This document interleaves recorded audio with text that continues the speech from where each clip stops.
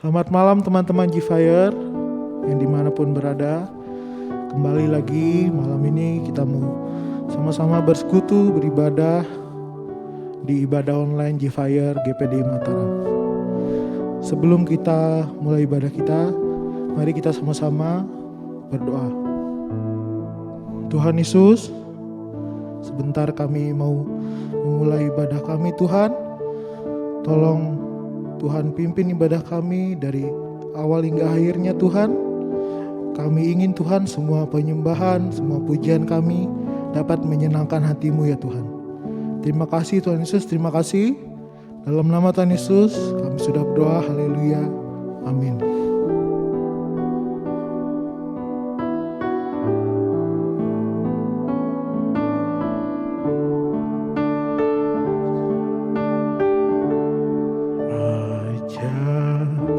Ku mengerti segala rencana-Mu, ajak ku berserah hanya padamu.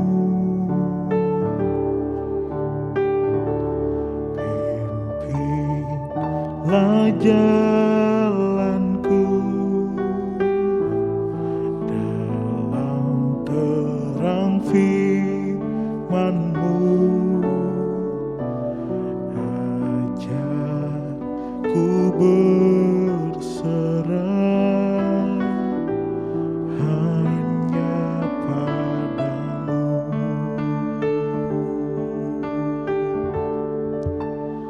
Bapakku, ajaib segala rancangan-Mu,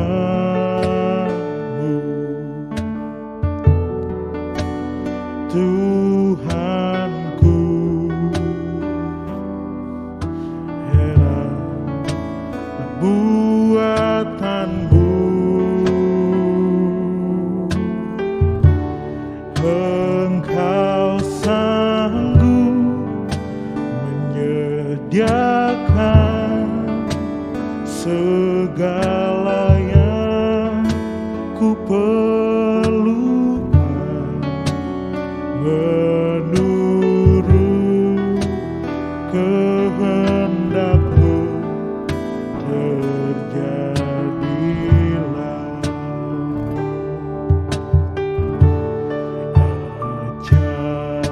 Ku mengerti segala rencana-Mu, ajak ku berserah hanya padamu.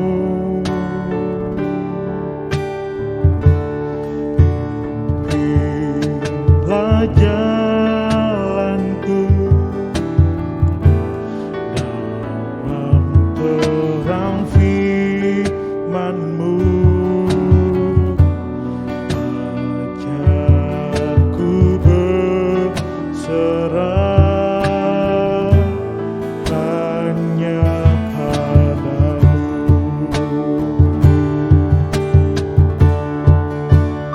Bapakku,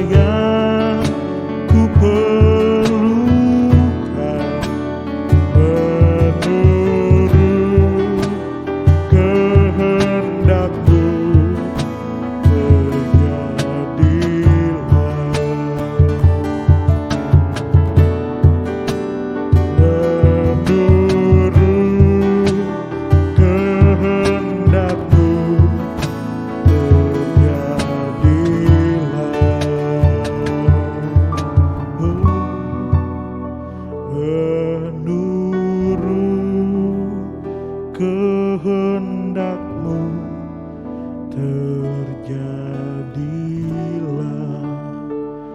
Mari teman-teman, kita mau sama-sama memuji Tuhan, menyembah Tuhan. Haleluya, haleluya, haleluya, haleluya.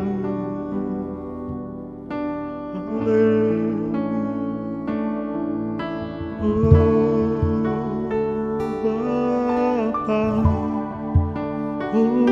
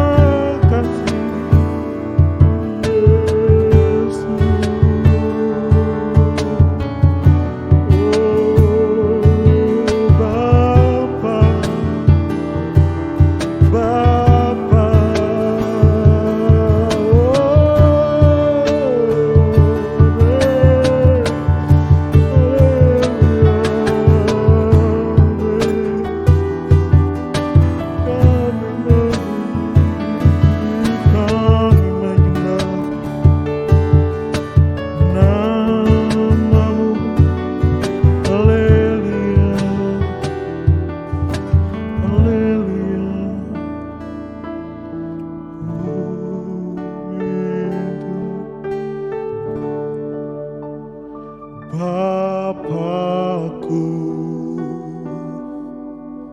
ajaib segala rancangan-Mu, Tuhanku, heran perbuatan-Mu.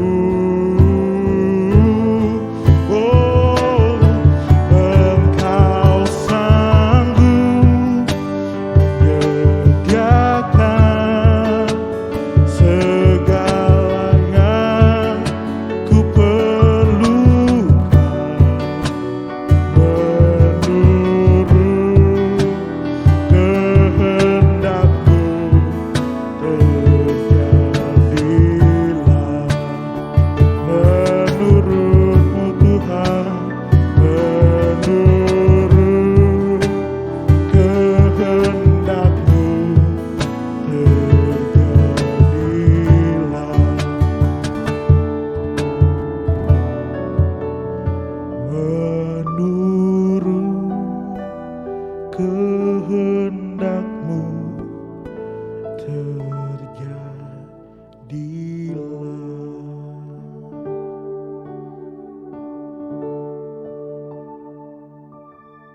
Haleluya, puji Tuhan. Mari kita sama-sama bangkit berdiri.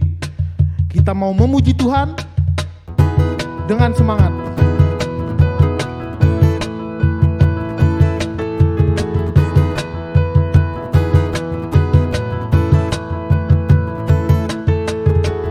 Terpujilah namamu Tuhan, kuat dan penuh kemuliaan. Satu hati kami nyatakan kebesaran-Mu kekal selamanya. Terpujilah namamu Tuhan, pusat dan penuh keagungan. Satu hati kami nyatakan kebesaran-Mu kekal lamanya. Oh, oh, oh, oh, oh, oh. Engkaulah Raja atas dunia,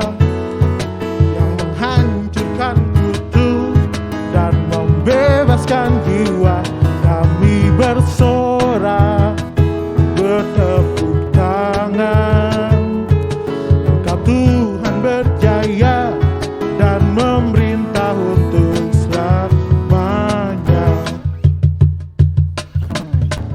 Terpujilah nama-Mu Tuhan, hidup dan penuh keagungan.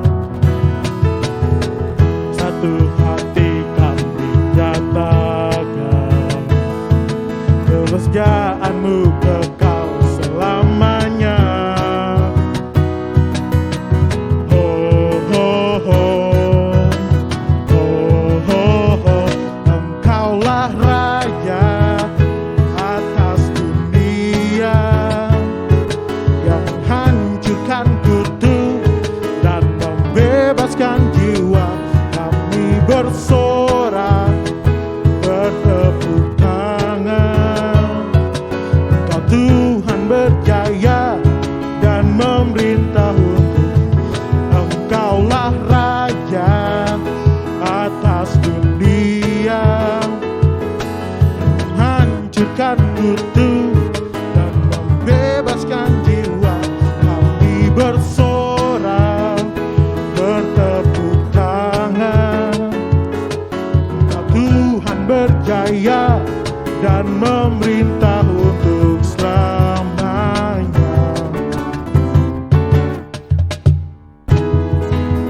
Amin, haleluya. Sebentar kita mau sama-sama mendengarkan firman Tuhan. Mari kita mau sama-sama menyembah Tuhan. Haleluya.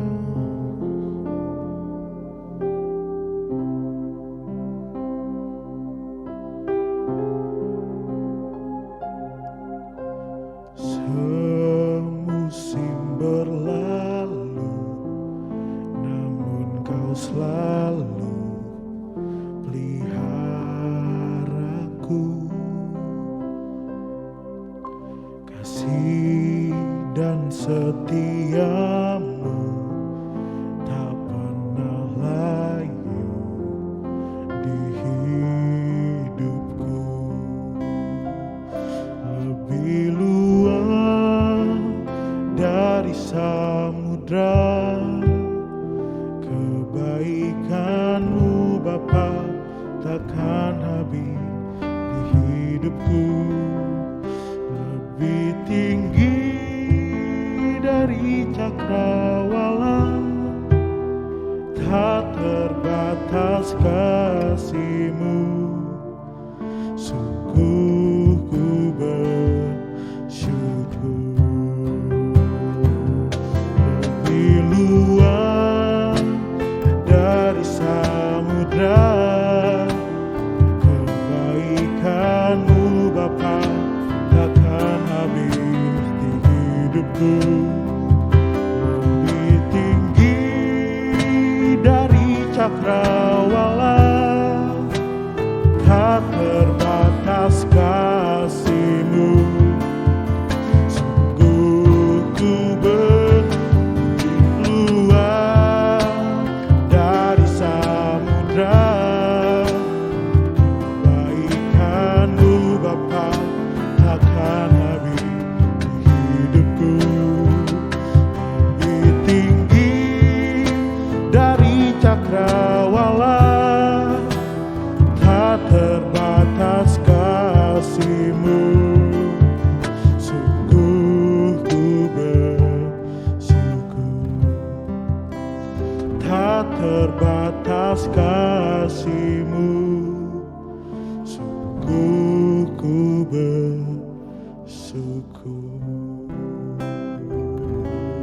Batas kasih-Mu, sungguh ku bersyukur.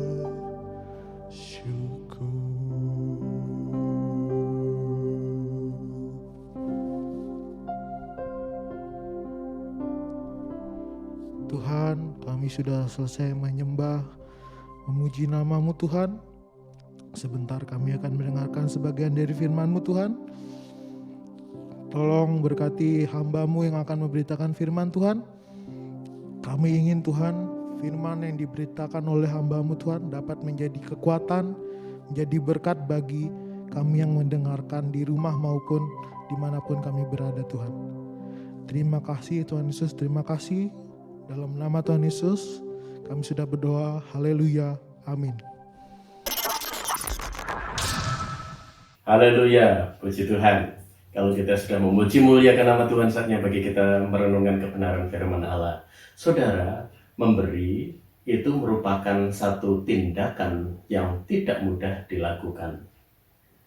Orang cenderung lebih mudah menerima daripada harus memberi. Ya. Apalagi kalau kita berbicara tentang memberi hidup untuk Tuhan. Nah, ini tema kita hari ini, memberi hidup untuk Tuhan. Saya ingin menyampaikan sebuah kisah di mana ada seorang anak jalanan yang diadopsi oleh satu keluarga yang kaya dan terpandang. Anak ini akhirnya memberi dirinya untuk menjadi bagian dalam keluarga itu. Masa-masa awal berada di lingkungan keluarga yang baru, anak itu nggak bisa memahami. Bahkan dia merasa hari-hari yang dilalui penuh dengan penderitaan. Walaupun memang dia mengakui hidup di jalanan itu jauh lebih menderita, tetapi dengan pola hidup yang berbalik 180 derajat yang diterapkan dalam hidupnya, membuat batinnya sangat tertekan. Bukan karena kurang makan atau kurang kasih sayang, tetapi karena sekarang dia dididik dalam kepribadian. Hidupnya mulai diatur.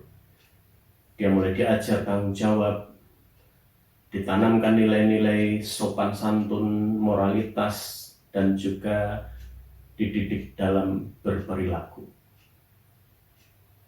Didikan yang penuh dengan kedisiplinan dilewati dalam hari-hari yang bagi dia terasa sangat tidak nyaman dan membosankan. Karena bagi dia tidak bisa lagi bebas dan hidup seenaknya seperti saat dia ada di jalanan. Tetapi seiring waktu, setelah beberapa bulan kemudian, dia baru menyadari ternyata semuanya itu justru untuk kebaikannya. Kepribadian yang berubah dan sikap santun membuat dia mulai merasakan orang menaruh penghargaan atas dirinya.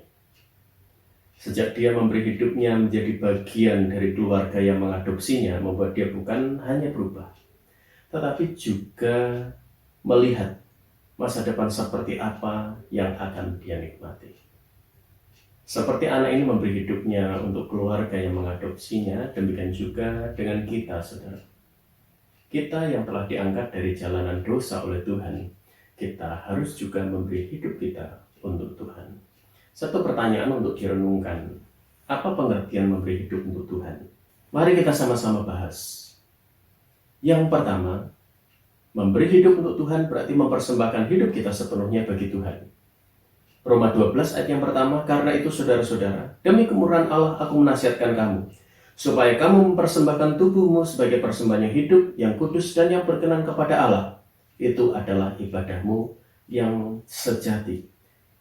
Jadi artinya, kita memberikan segala-galanya bagi Tuhan. Menyerahkan hidup kita kepada Tuhan dan mempercayai Dia sepenuhnya. Seperti di Mazmur 37 ayat yang kelima bagian A. Serahkanlah hidupmu kepada Tuhan dan percayalah kepadanya. Kemudian yang kedua, memberi hidup untuk Tuhan berarti tinggal di dalam Yesus. Yohanes 15 ayat yang keempat bagian A. Tinggallah di dalam aku dan aku di dalam kamu. Yang ketiga, memberi hidup untuk Tuhan berarti menomorsatukan Tuhan di atas segala-galanya. Matius 22 ayat yang ke-37 berkata, kasihilah Tuhan Allahmu dengan segenap hatimu, dan dengan segenap jiwamu, dan dengan segenap akal budimu. Yang keempat, memberi hidup untuk Tuhan berarti mencintai firman-Nya dan menjadikan firman itu sebagai kegemaran. Mazmur 119 ayat 92 dan 93. Sekiranya Tauratmu tidak menjadi kegemaranku, maka aku telah binasa dalam sengsaraku. Pemazmur menyadari bahwa firman Allah yang menjadi kegemarannya, yang menjadi kesukaannya, itu telah membawa dia terhindar dari kebinasaan, dari kesengsaraan. Untuk selama-lamanya aku tidak melupakan titah-titahmu, sebab dengan itu engkau menghidupkan aku. Allah menghidupkan pemazmur melalui pekerjaan firman Allah. Demikian juga dengan kita. Ketika kita menjadikan firman Allah sebagai kegemaran, maka Allah akan bekerja, Allah akan menghidupkan kita melalui firman Allah yang dinyatakan dalam kehidupan kita. Yang kelima, memberi hidup bagi Tuhan berarti hidup tidak untuk diri sendiri, tetapi hidup untuk Tuhan dan mengikuti aturannya Tuhan. Memang tidak mudah, tetapi Tuhan yang akan memampukan kita. Mengapa kita harus memberi hidup bagi Tuhan? Yang pertama, karena dari semula umat manusia, seluruh ciptaan Tuhan adalah milik Tuhan. Tetapi yang kemudian terhilang akibat dosa. Dampaknya apa? Roma 6 ayat 23, akibat dari dosa, upahnya ialah maut, kematian yang kekal di dalam neraka. Mengapa kita harus memberi hidup bagi Tuhan? Yang kedua, karena kita tidak bisa hidup tanpa Tuhan. Yohanes 15 ayat yang kelima bagian B, sebab di luar aku kamu tidak dapat berbuat apa-apa. Di luar Tuhan kita tidak dapat berbuat apa-apa. Tanpa Tuhan kita tidak dapat berbuat apa-apa. Yang ketiga, mengapa kita harus memberi hidup bagi Tuhan? Karena Tuhan Yesus sudah memberikan hidupnya bagi kita. Pertanyaan untuk direnungkan adalah apa resikonya jika kita memberi hidup untuk Tuhan? Yang pertama, secara daging, kita akan merasa terkekang. Tidak bisa bebas berbuat dosa lagi. Tetapi ketahuilah saudara, jika kita menyalibkan kedagingan kita dan mau sepenuhnya dipimpin oleh Roh, maka kita hanya ingin selalu berbuat apa yang benar di mata Tuhan. Dan hidup yang takut akan Tuhan tidak lagi menjadi kekangan bagi kedagingan kita. Karena apa? Karena kedagingan kita sudah kita kalahkan. Dan kita hanya mau berbuat sesuai dengan apa yang menyenangkan hati Tuhan. Yang kedua, apa risikonya jika kita memberi hidup untuk Tuhan? Kita akan dibenci oleh dunia dan dijauhi oleh teman-teman karena nama Tuhan. Tetapi, bukankah ketika kita menemukan kebenaran di dalam Yesus, membuat kita merasa lebih baik kehilangan teman daripada kehilangan Yesus? Risiko yang ketiga, kita akan mengalami proses pembentukan iman yang menyakitkan bagi tubuh kedagingan kita. Tetapi ketahuilah, sekalipun menyakitkan bagi daging kita, maka damai sejahtera Allah yang melampaui segala akal akan memelihara hati dan pikiran kita. Yang keempat, kehendak Tuhan yang jadi dan bukan kehendak kita.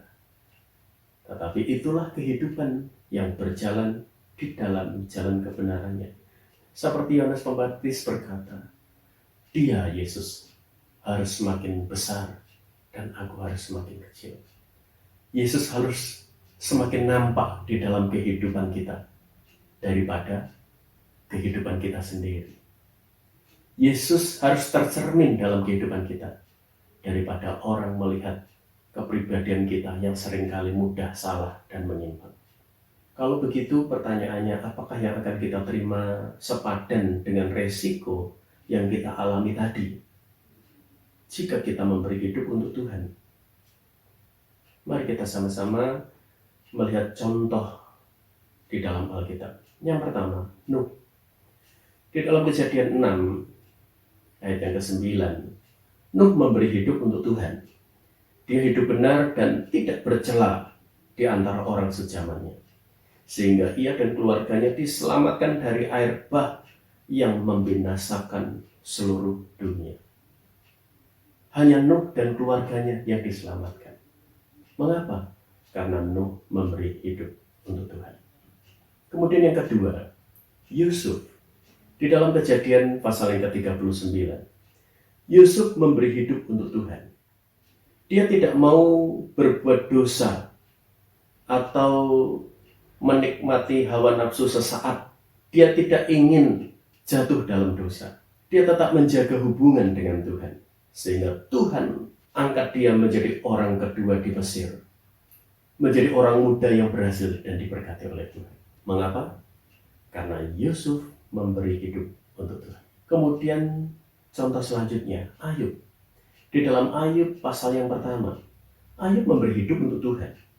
Dia seorang yang saleh, jujur, takut akan Allah, dan menjauhi kejahatan. Dampaknya adalah Tuhan memperhatikan, Tuhan memberkati, dan Tuhan memulihkan keadaannya ketika dia mengalami pencobaan dari iblis. Mengapa Ayub mengalami pembelaan dan pertolongan Tuhan? Karena Ayub memberi hidup untuk Tuhan. Kemudian contoh yang lain, Daniel. Daniel memberi hidup untuk Tuhan dengan menjaga dan memelihara kehidupan doa.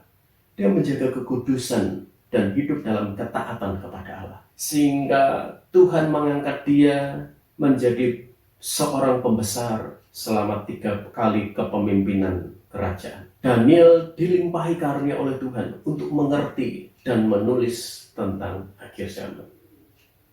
Mengapa bisa terjadi semuanya?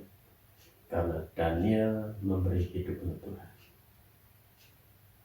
Dan contoh yang lain, Henok. Kejadian pasal yang ke-5 ayat yang ke-22. Henok memberi hidup untuk Tuhan. Dia bergaul dengan Allah sehingga dia diangkat hidup-hidup ke surga. Dia dilayakkan masuk ke dalam surga. Karena apa? Karena dia memberi hidup untuk Tuhan. Dia jaga pergaulannya dengan Tuhan di sepanjang umur hidupnya. Bagaimana dengan saudara? Sudahkah saudara memberi hidup untuk Tuhan? Maukah saudara tetap menjaga hubungan dengan Tuhan? Mari berilah hidupmu kepada Tuhan. Di dalam Wahyu pasal yang ketiga ayat yang ke-10, di situ dikatakan, karena engkau menuruti firman-Ku untuk tekun menantikan Aku, maka Aku pun akan melindungi engkau dari hari pencobaan yang akan datang atas seluruh dunia, untuk mencobai mereka yang diam di bumi. Paulus bahkan berkata bahwa penderitaan zaman sekarang ini tidak dapat dibandingkan dengan kemuliaan berkat yang luar biasa yang Tuhan akan nyatakan di saatnya nanti. Nah, saudara dikasih oleh Tuhan, di dalam Wahyu tadi kita melihat bagaimana Tuhan akan melindungi kita dari segala sesuatu yang membinasakan yang sedang melanda bumi. Ini akan kita alami kalau kita mau memberi hidup kita untuk Tuhan. Kesimpulan dari semuanya adalah kalau kita mau memberi hidup kita untuk Tuhan, maka Tuhan akan berkarya dalam kehidupan kita. Mengapa kita harus memberi hidup kita untuk Tuhan? Karena Tuhan sudah memberikan hidupnya dan nyawanya untuk kita. Dengan memberi hidup kita untuk Tuhan, berarti kita sedang menerima kemuliaan yang kekal, hidup yang kekal, dan pemeliharaan Allah yang luar biasa di sepanjang umur hidup kita. Surga menanti kita. Tuhan memberkati. Mari kita sama-sama satu di dalam doa. Bapa di dalam surga, kami bersyukur melalui ibadah kami dan perenungan firman Allah yang ada, membawa kami untuk menyadari bahwa hidup ini adalah hidup untuk Engkau Tuhan. Kami ingin memberi hidup kami untuk Engkau Tuhan. Kami ingin Tuhan hidup kami berjalan sesuai dengan rancangan-Mu. Oleh sebab itu Tuhan, teruslah pakai, bentuk, dan jadikan hidup kami menjadi alat kemuliaan-Mu. Rangkaian ibadah yang ada Tuhan sudah memberkati. Semua yang terlibat dalam pelayanan malam hari ini diberkati oleh Tuhan. Bahkan rekan-rekan sekalian yang sedang mengikuti siaran ini, maupun Tuhan saudara-saudara kami yang lain yang sedang mengikuti acara ini secara online, di tempat dimanapun saja berada, Tuhan memberkati. Dan jika di antara kami ada yang sakit, mengalami kelemahan tubuh, di dalam nama Tuhan Yesus Kristus, oleh bilur-bilur-Mu Tuhan, sakit disembuhkan. Dan kami percaya Tuhan, kekuatan iman, kekuatan rohani, Tuhan limpahkan dalam hidup kami. Supaya kami terus berakar kuat, supaya kami terus bertumbuh, supaya kami terus Tuhan memiliki cinta yang dalam akan Engkau. Semakin taat dan setia kepada-Mu. Terima kasih Bapa, bersyukur kepada-Mu. Kami percaya berkat Allah Abraham, Allah Ishak, Allah Yakub turun atas kami, yaitu pengurapan Roh Kudus sifat kali ganda, roh hikmat dan wahyu untuk mengenal Allah dengan benar, kepenuhan kealahan pikiran Kristus, kedewasaan rohani Tuhan limpahkan. Berkat jasmani, yaitu kesehatan yang terbaik, hidup yang diberkati oleh Tuhan, sekolah, kuliah, pekerjaan, keluarga yang diberkati oleh Tuhan, bahkan orang tua kami diberkati oleh Tuhan, serta masa depannya diberkati oleh Tuhan, menjadi bagian hidup kami mulai hari ini sampai Tuhan datang kedua kali. Terima kasih Bapa, bersyukur kepada-Mu, kami alaskan dalam nama Tuhan Yesus Kristus. Haleluya. Amin. Puji nama Tuhan. Sampai bertemu Sabtu yang akan datang di waktu yang sama, hari Sabtu pukul 18.30. Tuhan memberkati.